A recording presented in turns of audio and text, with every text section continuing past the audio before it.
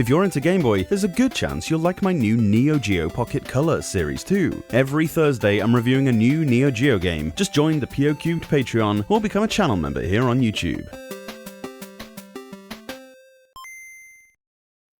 When Capcom first attempted to bring Street Fighter II to the Game Boy back in the mid-90s, the results were a little underwhelming, but kind of expected. The hardware just wasn't up to the task really, and what we got was a stripped down curiosity rather than a serious portable entry in the series. Hey, it was miles better than any of the Mortal Kombat Game Boy games, so that's some sort of feather in the cap, I guess. Fast forward to 2001, and the Game Boy Advance gave Capcom a fresh opportunity. Indeed, Capcom themselves would take the development reins this time, rather than outsourcing the work to Sun L. A more powerful hardware, on a par with the Super Nintendo that made the franchise so popular, the GBA was pitched as a system that could finally deliver arcade-style experiences on the go. But don't think that Super Street Fighter II Turbo Revival Expanded Special Legendary Anniversary Edition, as this may as well be called, is just another quick reissue, because it's not. It's a well-considered attempt to give handheld players something that felt closer to the real deal. Impressive arcade visuals, a wide roster, and even some brand new touches unique to this version. At its core, Turbo Revival is based on Super Street Fighter II Turbo, which was really the ultimate iteration of the game.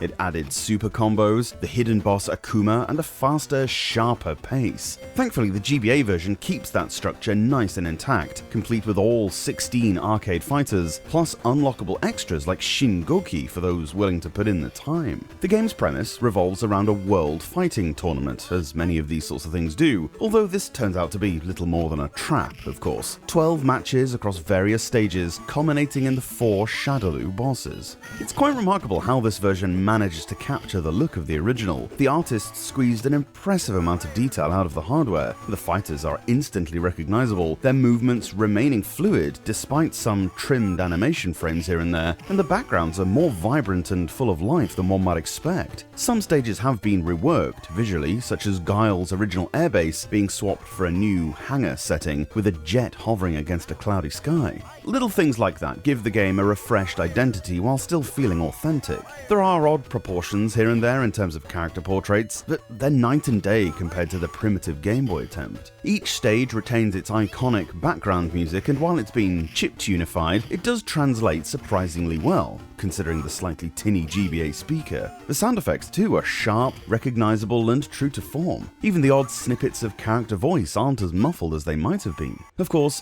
fighting games always live or die by their controls, and here lies one of the most interesting design challenges of any fighting game port to this system.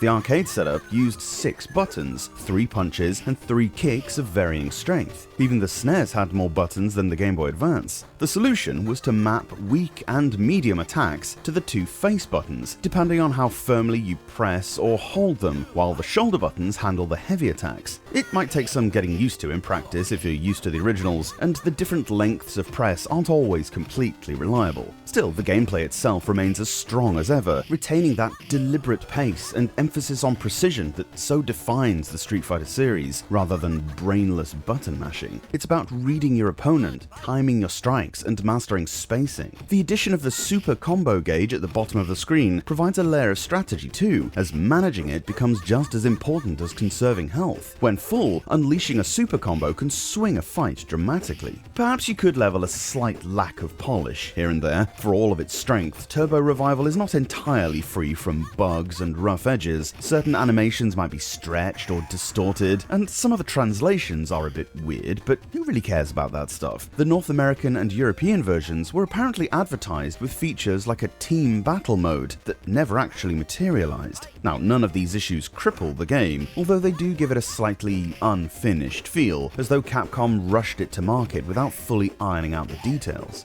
Fortunately, the content is still substantial. There's a training mode alongside the standard arcade story, and the Versus mode offers some belting 2-player action, and is perhaps the crown jewel of the package. There's plenty of unlockables like secret characters, and a gallery that gets populated as you progress. It's easy to see why players in 2001 were pretty stunned by this. Here was a game that was presented far beyond what handhelds had managed before with fighting games, with gameplay that held up against its home console and arcade counterparts, perfectly considered for the altered controls, coming out the perfect amount of time after the originals to capitalize on that gorgeous nostalgia, but also late enough to show a new generation what they missed the first time around. This stands as one of the best 16-bit ports to the Game Boy Advance that there was.